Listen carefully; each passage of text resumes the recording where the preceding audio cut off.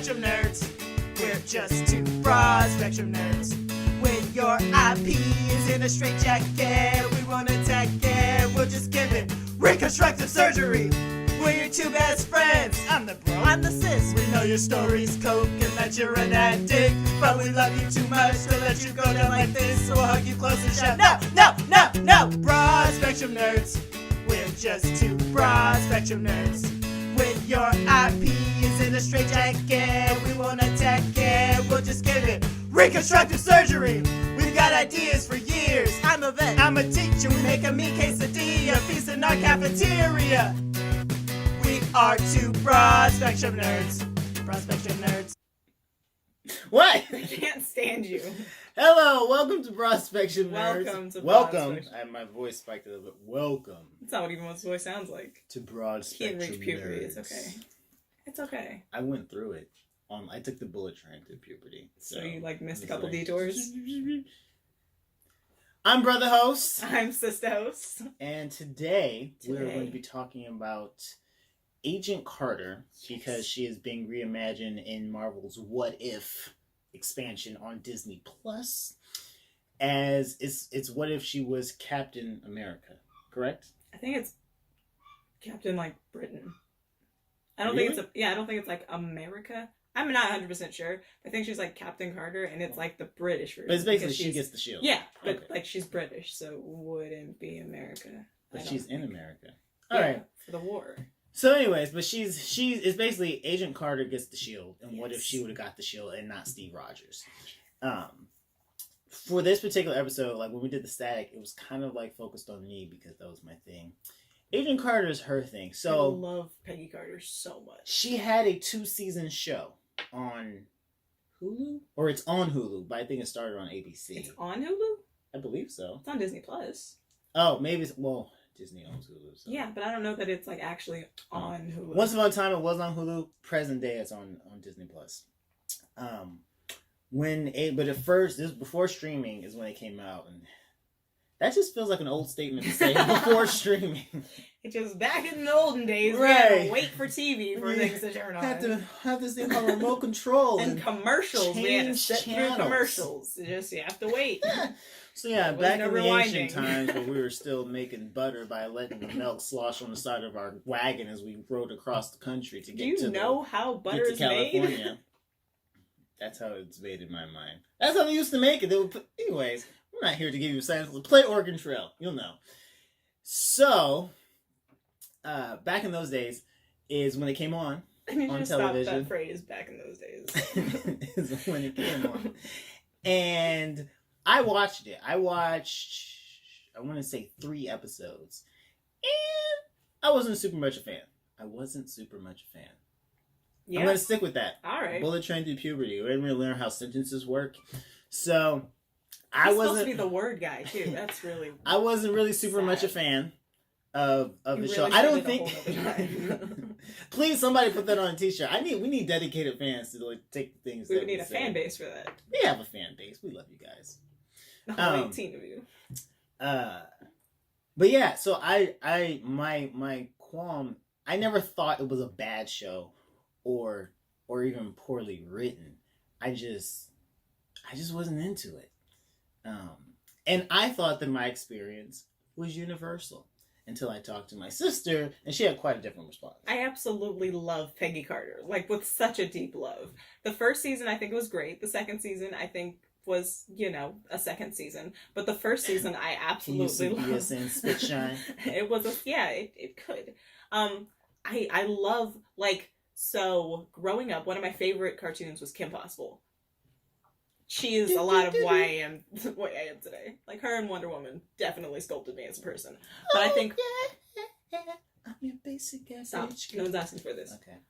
But the way they did Peggy, it was the same thing. They never took away any of her femininity, but she was kicking everyone's butt all the time.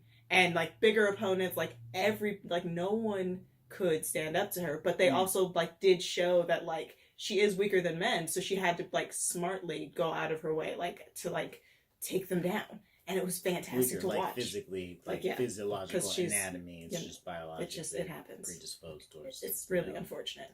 But she would like take them down, like being working smarter and all the types of things, always with like a flourish of lipstick and heels. And I think that was amazing. Like Wonder Woman vibes, but just as a regular person. So I love Peggy so much. So, Peggy with the shield, who we have dubbed Captain Carter. Captain Carter. For purposes of this episode. I'm just going to ask Nicole a few questions. Just a couple questions. She's never seen these questions I haven't before. seen these questions. And we're going to get into why this show deserves to exist. Which I didn't know that's what we're getting into. So, and you kind of just, my first question, you kind of just answered it. It was why does she matter to Marvel and why she mattered to you. So my first two questions were those things. So you answered why she mattered to you, but why would you say she matters to the fabric of Marvel? I think because she's a strong female character, and Marvel needs those a lot. Even though she's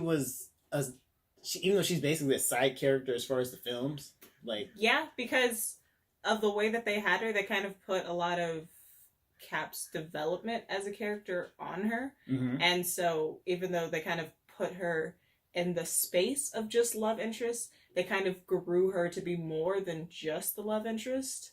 I think like they put her in like that area of just like, oh, she's the side character and she does whatever, but then they kind of had her become her own character. Like she was like sassy, strong, smart. She wasn't really relying on Cap to be the one to like save everything. Like that wasn't it, but she did give him the confidence that he didn't have to like become Captain America. So I think that she is an important character, like and kind of in the same vein of Natasha in a sense, like powerless but powerful at the same time, while always still definitely being like feminine and a woman and holding on to those things. I just think that not that she's like a more advanced version of Natasha, but maybe like a more whole version of Natasha. Refined, maybe? Yeah. Okay. I can see that. So as we're drowning in this era of backstories and side stories of things that no one has really asked for, and a lot that don't do well, do you consider this kind of what if for her specifically something that would even have legs, something that's useful? Because there's some side stories that are interesting to tell, and there are some that are not. Yes. Like we don't want to see an architecture episode on how long it took Bruce to hollow out the Batcave, like, and install all his technology. We don't want to see that. Nobody wants that. It's just there. Right. We don't want Batcave the series. That's not what we want. So, like, why? Not why, because you answered. Would you put this show in the vein of something like a Gotham? Or even Alfred, because Alfred just he has a TV series as well. Like, what is the difference between this and those?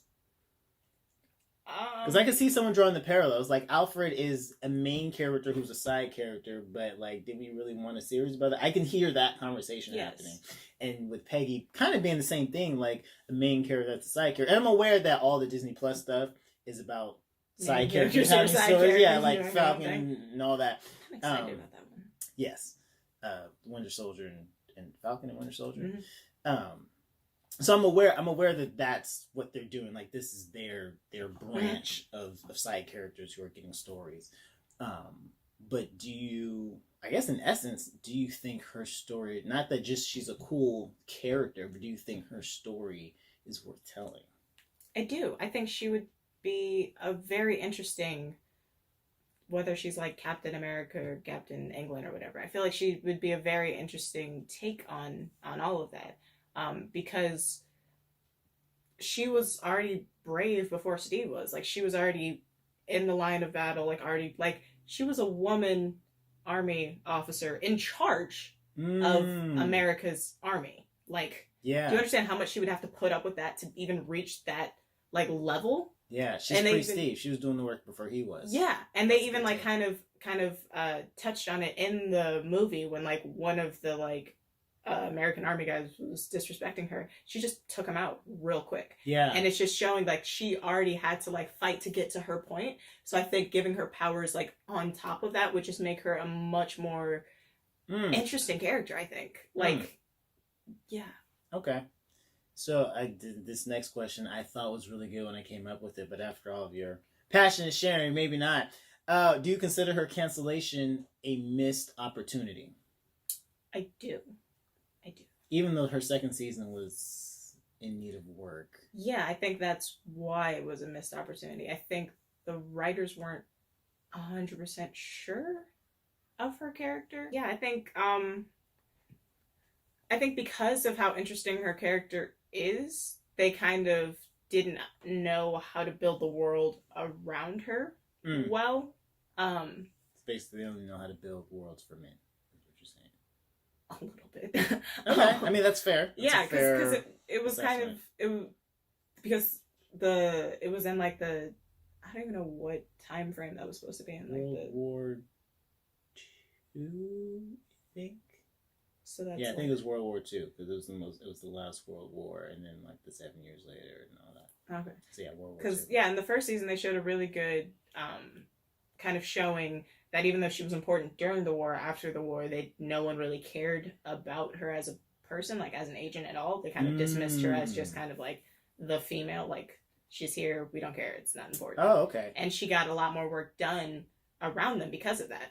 Because they weren't paying attention. Yeah, exactly. They had no reason to look at her twice, so she was able to do everything and anything to help and like the mystery and everything. So she got her Kim Possible, Carmen Sandiego thing going on. Yeah, like and that was one of the things she said. She's like, I got away with it because none of you ever looked at me. Like, And then with the second Captain season, Carter would force everyone to look at her. Yeah, and that'd be really, really interesting. Like, you can't ignore me, right? Just because I'm a woman. I got the shield, homie.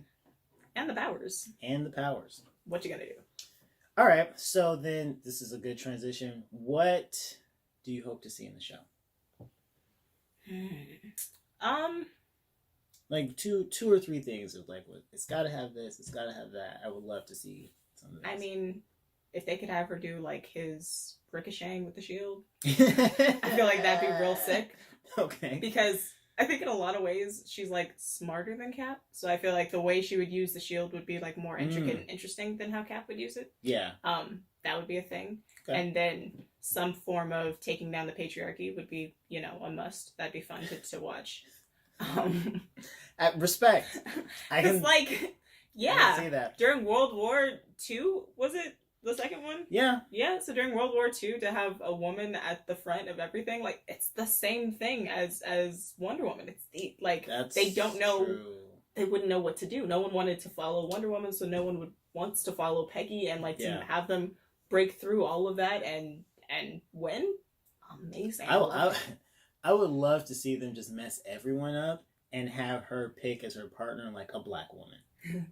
And just her and this black chick are just kicking butt and doing spy work, and they're just the best at it, and everybody dynamic duo and everything. Yeah, like let's really that would be daring. Like that would be. You could take on racism and sexism in one show without overdoing it.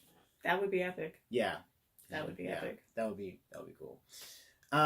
Should Steve be present in the series? Should he have not like an ongoing presence, but should he be there at all? That's something that I'm not sure of, because I've seen a couple of different things like regarding this and like similar scenarios. Like there was one that I saw that was really cool that just like completely switched their roles, so that Steve was the officer, like not little skinny terrifying looking Steve, but like an adult Steve was the officer, and she was like the skinny kid that became Captain America. Okay. And that's a really cool, interesting take, because that would just, how their roles would be reversed would be really interesting. Yeah. But as far as this, I'm not sure that he would be necessary at all.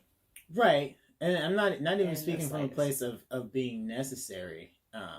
But like I don't think that with this story he would have any like agency for her. Like I don't think, because she's already doing the things. That's true. Like she wouldn't need like the push to like go. That's like true. She's doing... And without the without the serum, he wouldn't have been in the military anyways. Yeah, That's unless true, they 'cause just he was kind skinny, of. a little asthmatic.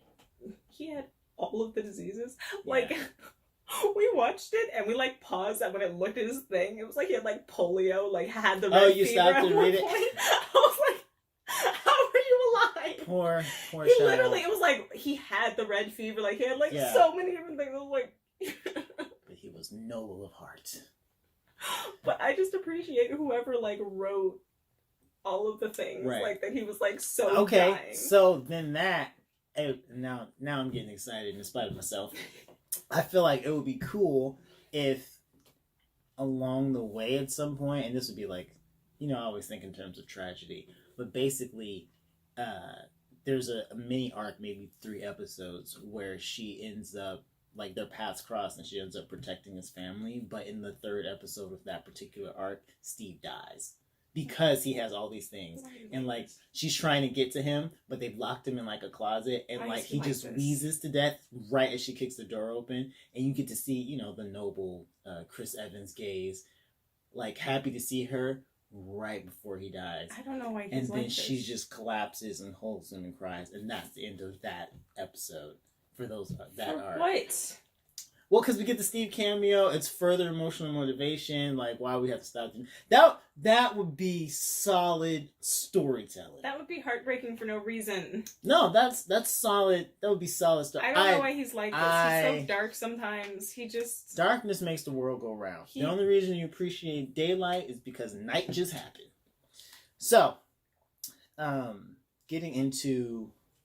Well, none of the fans of Marvel actually emailed me, but I'm imagining from the discussions that happen in nerd spaces and on message boards, some folks might say that this show just panders to present social narrative about woman representation. Do you think that this character is a pandering character, or the show is a pandering show? Why or why not?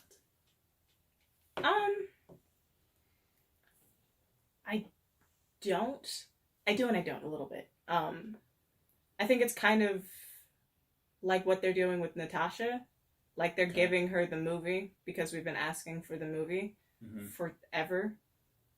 So they killed her and then gave us the movie. I think it's kind of like that. Like people do care about this character, so they are putting like thought into a series. But I also think that right now feminism sells, I guess would be a way to phrase that. Yeah. Like, yeah. So because they know that people are now more aware and looking towards things with women in the forefront, like movies with women in the forefront, so they're doing stuff with women in the forefront. Even if there are people that do care about this character, it is about money. A lot of the times, most of the times. Arguably all of the time. Well, not with us. Oh, well, yeah. Right now, at least. Yeah. But because it's money and because people are looking for that they are kind of pandering to that audience a bit. Yes. Okay. So then I'm all about nuance. And so I love this idea that even though there is a bit of pandering happening, even arguably with Black Panther,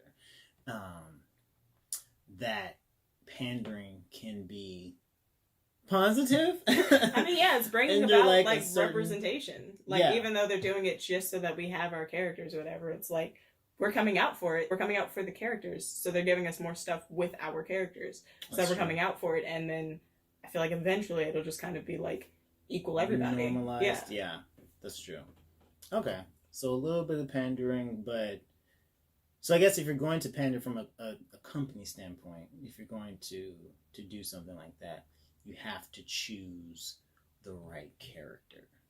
Maybe that's more so what it is. Yeah. Because you could pander with I don't really want to call anybody out, but like you could just pick some like, oh, the janitor who also worked in the army base, who everyone just pooped in her toilets all day long. Yeah.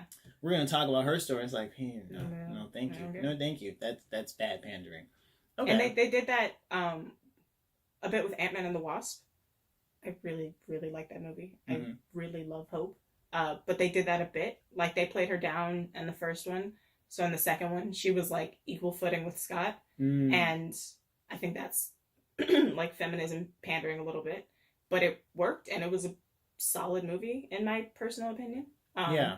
I mean, I know a lot of people consider Ant-Man and the Wasp not even really an Ant-Man sequel. No. It's just a Wasp movie kind of featuring Ant-Man. 100% that's what it was. Right. So I wonder if there's not a more accurate word than pandering, because it seems like on the corporate side, even though it starts as pandering, like, this is what they want, so like let's kind of give them that, even though we probably normally wouldn't give them this if they weren't asking for it.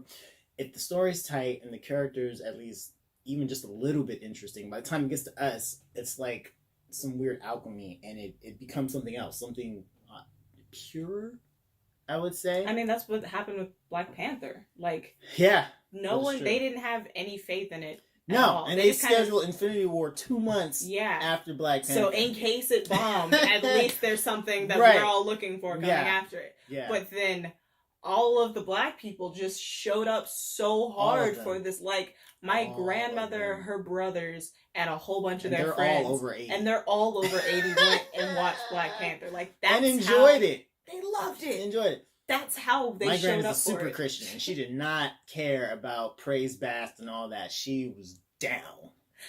Just like we came out for it. So because we did, now we're getting like a second one and more like look into like the characters. So yes, like they were pandering, but then it became like kind of something good. Yeah. So I guess even though corporations do it for money, as you say, the fans have the power to turn their blindness almost, or their ignorance, or their greed into like their desire for money into something positive, into something good. It's interesting. It really is on the fans what happens. Okay. And when things flop, it's like, okay, well, we won't do that. And when they succeed, it's like, oh, we're gonna do more of those things. So we have to be sure what we're telling them to do. Yeah. And even with what you're saying, like Agent Carter didn't really have a strong season 2. Just because something doesn't have a strong season doesn't mean it deserves to be axed right away. Yeah, like they cut her. A fairly solid start. They cut it before season 2 was even over. They're like, nope, we're not gonna move on, and then they had to like wrap up season 2 like midway through.